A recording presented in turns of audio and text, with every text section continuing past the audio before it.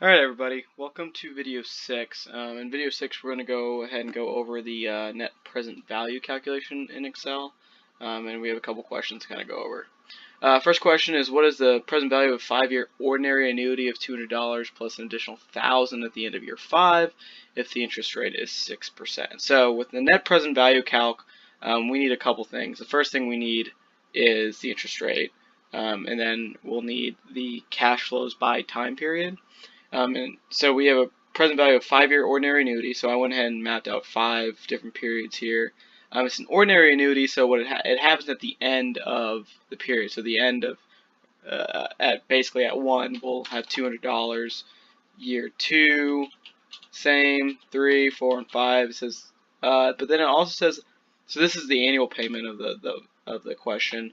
But then it also says that there's a lump sum at the end of year 5. So let's go ahead and add that $1,000. And I separated these out into 2 different line items. So really your total cash flows are just going to be the sum of these 2 lines.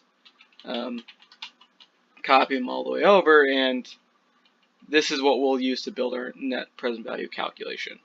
The other thing we need is interest rate. So and it says the interest rate is 6%, and it gives that to you.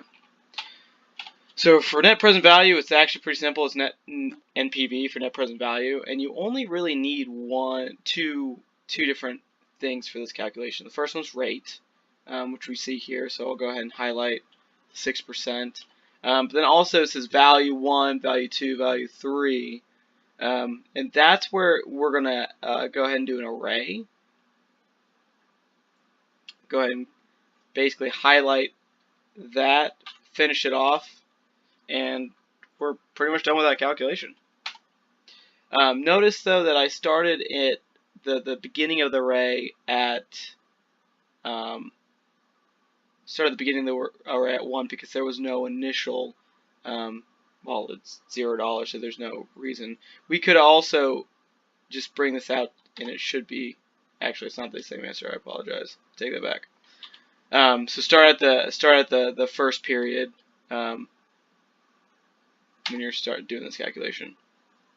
Alright, 1B, what is the present value of the $100 payments occurring in years 1 through 10, and the $1,000 comes at the end of year 10. So again, we're at $100. 0. These are the different periods. Let's go ahead and bring this all the way out. $100. Bring that all the way out. Then we have an end of year cash flow of 1,000. Build this out. Alright, these are our cash flows for years 0 through 10. Interest rate is, I think it's the same as the last question because it is 1B. Alright, net present value and PV of the rate, which is 6%, and I hit the wrong button. Net present value, and then our full range, and we get $1294.40. Alright, 2A, what's the present value of a 5-year ordinary annuity? Again, it's an ordinary annuity. An additional $1,000 at the end of year 5 if the interest rate is 6%. Alright, let's build this diagram out. Let's put the 5-year ordinary annuity of $350. Okay. And then at the very end we get 1,000, and then 6% interest rate.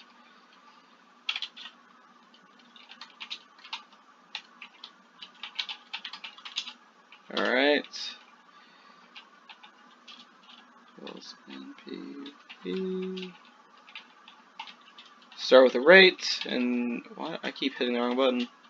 Start with the rate and finish off calc, and we get $2,221.59. Alright, 2B. What if the present value of the here's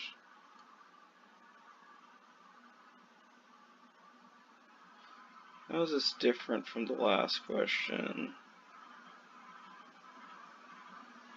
Oh, what if the present value of the $350 payments occurs in years 1 through 10, and then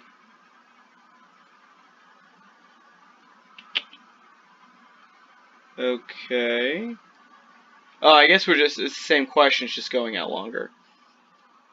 Okay, yeah, it's the exact same question, except it's just going out for 10 years instead of 5, which is what we had last question. Alright, same process, 1 through 10.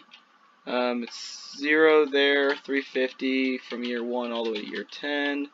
$1,000 at the end.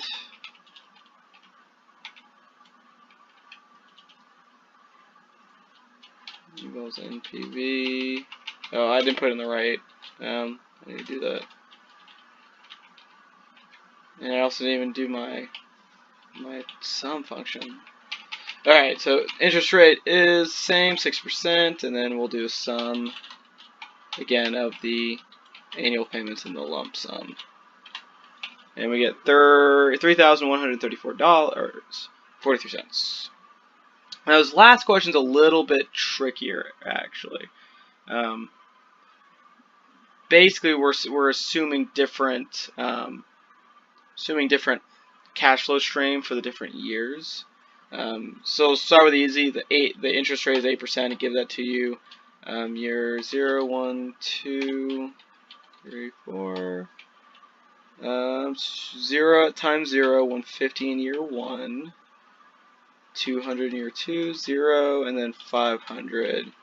I mean, this one's actually pretty simple. It's the exact same formula, except the cash flows aren't sustained to be the same. All right, and our answer is $677.87.